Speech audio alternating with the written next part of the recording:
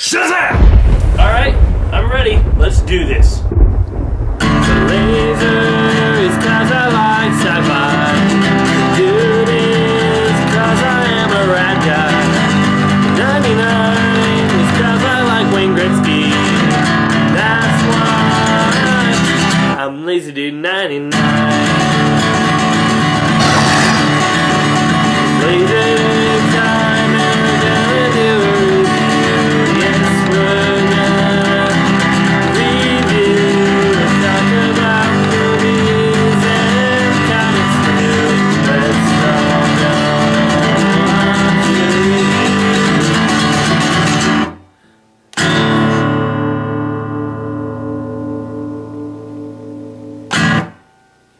Hey everybody, I'm Lazy Dude 99. Welcome to another Lazy Dude 99 review. Today we are going to be looking at the new Shazam book.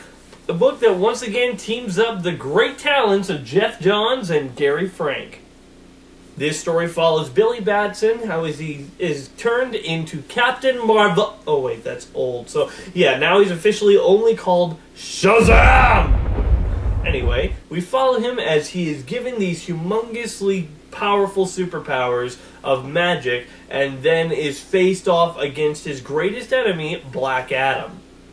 So one of the things that I will always say about Geoff Johns that he's good at doing is taking the familiar qualities that we see and remember of these classic superheroes and changing them slightly to a point where it's familiar but very different and it offers an entirely new take on the character. When this story starts out, you think it's pretty basic. Billy Batson is about to get adopted by some foster parents and they are very nice and he is very nice, really like the most wholesome boy you could ever learn, and then when they leave you find out he's actually a little bit of a brat.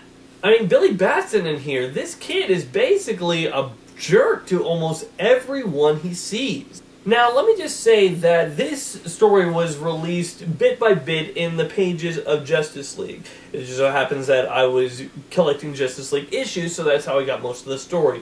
If I had just bought, like, the first issue of Shazam and got this, I was like, I don't like this at all. I mean, I really would have. I would have been like, this isn't good at all, because Billy Batson is so much of a horrible person. He badmouths everyone. He's mean to people when he doesn't need to be, especially when they're being genuine with him. And I was like, why? Why would you do this to him? But of course, as the story goes on, I found him more interesting as a character. Because any character that is the most wholesome person in the world isn't that interesting as a character. You need conflict and you need problems in order to relate to a certain character. So we follow Billy Batson as he moves into this new foster home. Now these parents of this foster home have a whole bunch of kids already, including Mary, who will become Mary Marvel, and Freddie Freeman, who will of course become Captain Marvel Jr. Although the whole not having Marvel in their names, like Captain Marvel is no longer Captain Marvel, what's she gonna be? Is she gonna be like Mary Shazam and Shazam Jr.? I don't know. I hope they don't do that.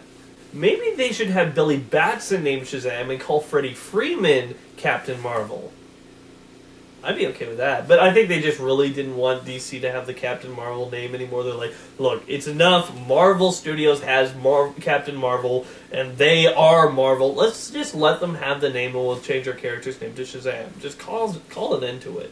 But anyway, as he is accepted into this family, he is really a jerk to everyone, but we can see glimmers of hope that he's not actually a bad person. When these bullies that are sons of the richest man in town start picking on these guys, Billy just mops the floor with them, beats the crap out of them.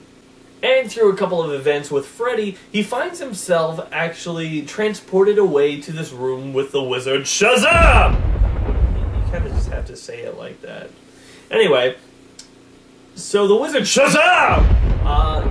He looks at him and he's been looking at people all over for hundreds of years trying to find someone who is pure good so he can give him his power, because he messed up when he had his power given to Black Adam so long ago, so he's only looking for someone who is purely good in order to give him their power.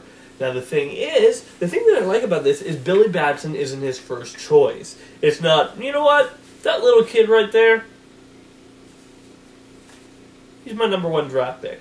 No, you see, he's actually gone through a whole bunch of people, but it's actually Billy Batson who points out to him is that there's no such thing as a pure good person. Meaning his quest to find someone pure good kind of ended when Jesus died on the cross. Okay, I don't want to bring all that into this, but you know what I mean. Anyway, one thing leads to another, and Billy Batson is given the powers of Shazam! Okay, I'll stop. But of course, around this time, Dr. Savannah has unleashed Black Adam from his banishment, and he is ready to tear the world down and make it in his own image. The villains are actually handled pretty well. We have Dr. Savannah, who is trying to bring back magic to the world because he tried everything with science and science failed to save his family. So he's putting it all into magic, but he's not really caring about the consequences.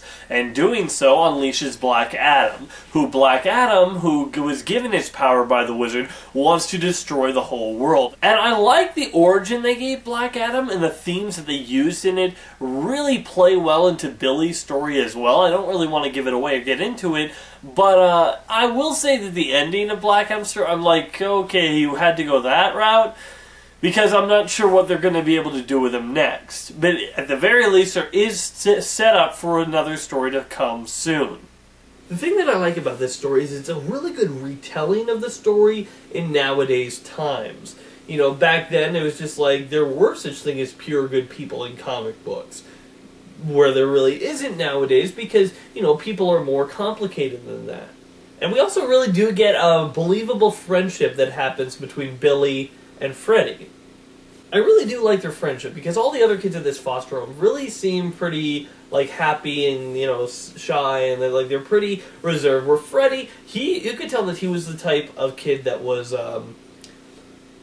he grew up on the wrong side of the streets too, but he got over it. So he can relate to Billy more than any of the other kids. Speaking of the other kids, okay, the only ones that are really interesting to me is Mary and Freddy. But to be fair, it's because they're the most. I don't know if any for those who are more bigger Captain Marvel fans than I am. Are those other characters actual characters, or were they just made up for the story? Either way, it's not that they're disinteresting. They are interesting, and it grabs a whole new take. This story is filled with themes about family. Billy, who thinks that nobody is his family because his family is missing. He has no idea where they are, and therefore he doesn't accept anyone else as his family. Where these other kids, they accept each other as family, even though they're not technically family. So the themes of family are played throughout this book, especially with what's going on with Black Adam, which I won't give away. Let me just stop and say the art in here, oh man, is this beautiful stuff. You really get to capture the adventure of what it would be like to be a kid, and then all of a sudden you're an adult and you have all these superpowers. I mean, there's a point where these guys, they save this shopkeeper from someone who's robbing them, and the guy says, "Oh, what can I do for you?" And what do they say? They say, "All the junk food we can carry. Can we take that?" I mean, that is just such a kid answer, but it really captures the adventure of that, what it's like to be a kid and facing these powers, and how cool it is, and how... But then when Black Adam comes, stuff gets really serious for him. And I like how Billy isn't just like someone who's like, "Oh yeah, I'll face Black Adam, I'll beat him, easy peasy." No, Billy is actually, when the stuff gets real, he actually gets really afraid of what could happen to him. And I really like that. You know, a character that is flawed, but also afraid, but in the end overcomes both his flaws and his fears to do what's right. So the story is filled with interesting characters, great art by Gary Frank. I mean, like, the colors really pop. There are some kind of things like, okay, just like there's no such thing as pure good, well, the story believes that there's such thing as pure evil. Because there's this one character that is the father of these bullies. What is up this guy's rear? He's like the richest guy in town, and he wants to, like... He is like the biggest a-hole you will ever read in a comic. This guy makes Namor look like he's a nice, caring person. And Namor's an a-hole. But in the end, he's not a huge part of the story, so I'm not too bothered that he's a little bit of a cliche of the over-the-top evil guy. That doesn't bother me too much, and they utilize it well enough for our main characters to go through the story. And I do buy that the wizard would actually give Billy these powers. For one thing, he's pushed up against a wall with Black Adam returning. And for the second reason is that he really sees the good in Billy Batson. Billy Batson isn't his first choice. In fact, if he probably had time to get another choice, he probably would. But he believes that Billy Batson can do this, and he, in the end, doesn't really have a choice, but he has to believe it to be true. In the end, I think this is a great retelling of the story of Captain Marvel. Shazam! Okay, Shazam. I gotta get used to calling him that, because, you know, it's just... I don't know. I'm gonna need... Okay, if you want me to just call him Shazam from now on, you're gonna need an animated series. It's just that simple. Because both Young Justice and Justice League, he's always been called Captain Marvel. And until you get an animated series of Billy Batson and him calling himself Shazam, I'm not going to remember it. It's not going to stick. Actually, this would make a great animated series. Anyway, if it was based on this book, I mean. So, in the end, it's filled with great characters. Like, there are some characters that I will wish I saw more of. But that's the thing, they're good enough characters that I wish I knew them more. Like, I wish I knew Mary Marvel more. Well, Mary more, okay?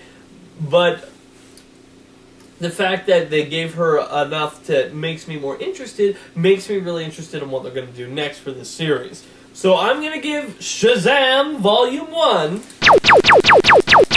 an 8 out of 10. It's a thoroughly enjoyable read. It's filled with great art, really good characters that you like to root for and like to see them overcome their problems. And in the end, it's just a great book. It also has some really good themes on family, and I think this is a really good book. If anyone's ever been even slightly interested in Captain Shazam, I would say read the book. It's definitely worth the read. So, thanks for watching, everybody. I'm LazyDude99, and if I don't like it, it's not worth it. Shazam! Hey, thanks for watching the video, everyone. It's time to try out something new. You guys are now going to be able to pick the next comic book that I review. Here's how it's going to work. I'm going to have a DC comic, a Marvel comic, and then an older comic that can be from either company or even a different company altogether up there, and you guys vote on which ones you want to see reviewed the most. Your pick for a DC review is Batgirl, Nightfall Descends. Your pick for Marvel is All New X-Men Volume 2. And if you want to go old school, then you can vote for me to review Batman Hush. And I wouldn't be just doing Hush Volume 1, I'd be doing them both. So I'm going to write in the comments below one of these 3 reviews, and when it's time for me to review another comic book, I'll check the votes and see which one has the most. This is going to be happening after every comic book review, so you choose, which one am I going to review? Be sure to check out more of my other videos on my channel, and wait for more coming soon.